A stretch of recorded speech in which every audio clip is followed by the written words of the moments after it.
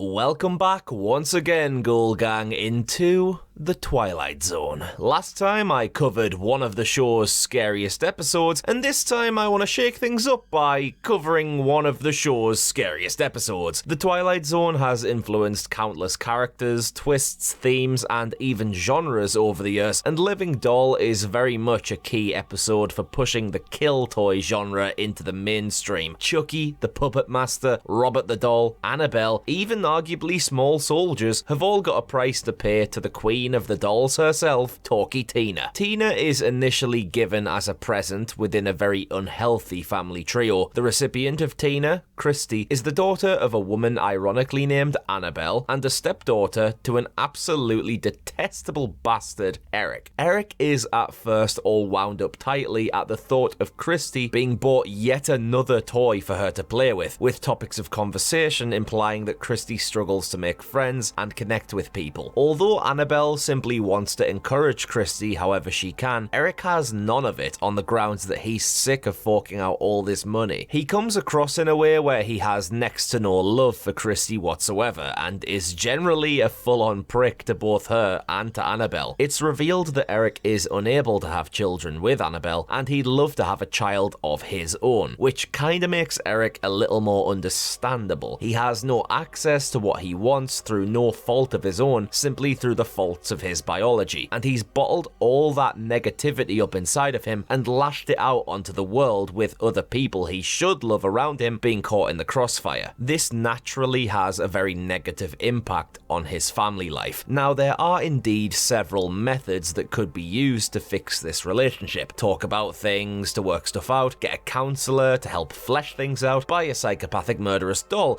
I'll take the latter, please. Tina is venom-spewing, insult-launching, demented. She's a right little beast who conjures up some pretty ferocious phrases for Eric. I'm going to get rid of you. You wouldn't dare. Huh? My name is Talky Tina, and I'm going to kill you.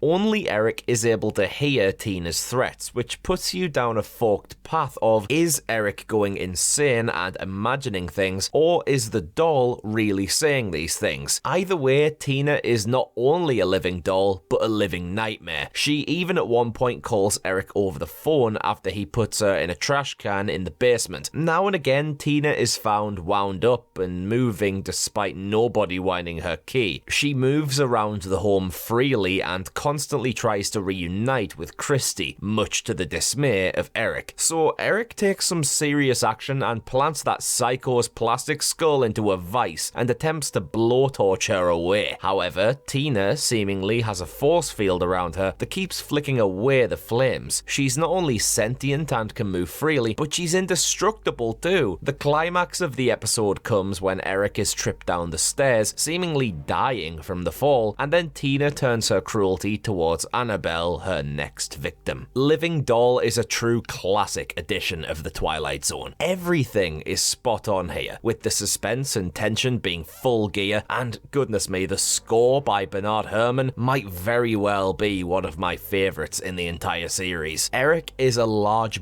bulk of the nightmare fuel himself, being a horrible stepfather and a right evil prick to the people he should be loving. But then to combine that with the dead, soulless eyes of Tina and her vicious wordsmithing, you've got a cocktail of frights. Much like how The Simpsons parodied Nightmare at 20,000 Feet in a Treehouse of Horror episode, the same is true here, with Homer giving Bart a talking Krusty the Clown doll that tries to kill Homer. And in Toy Story 4, which already has plenty of nightmare fuel elements, the Gabby Gabby doll was partially inspired by Talky Tina, according to Josh Cooley, the film's director. Even today, Living Doll stands out as one of the finest installments of the Twilight Zone. Or is it? Let me know your thoughts down in the comments below, and I shall see you next time when once again we cross paths in the Twilight Zone.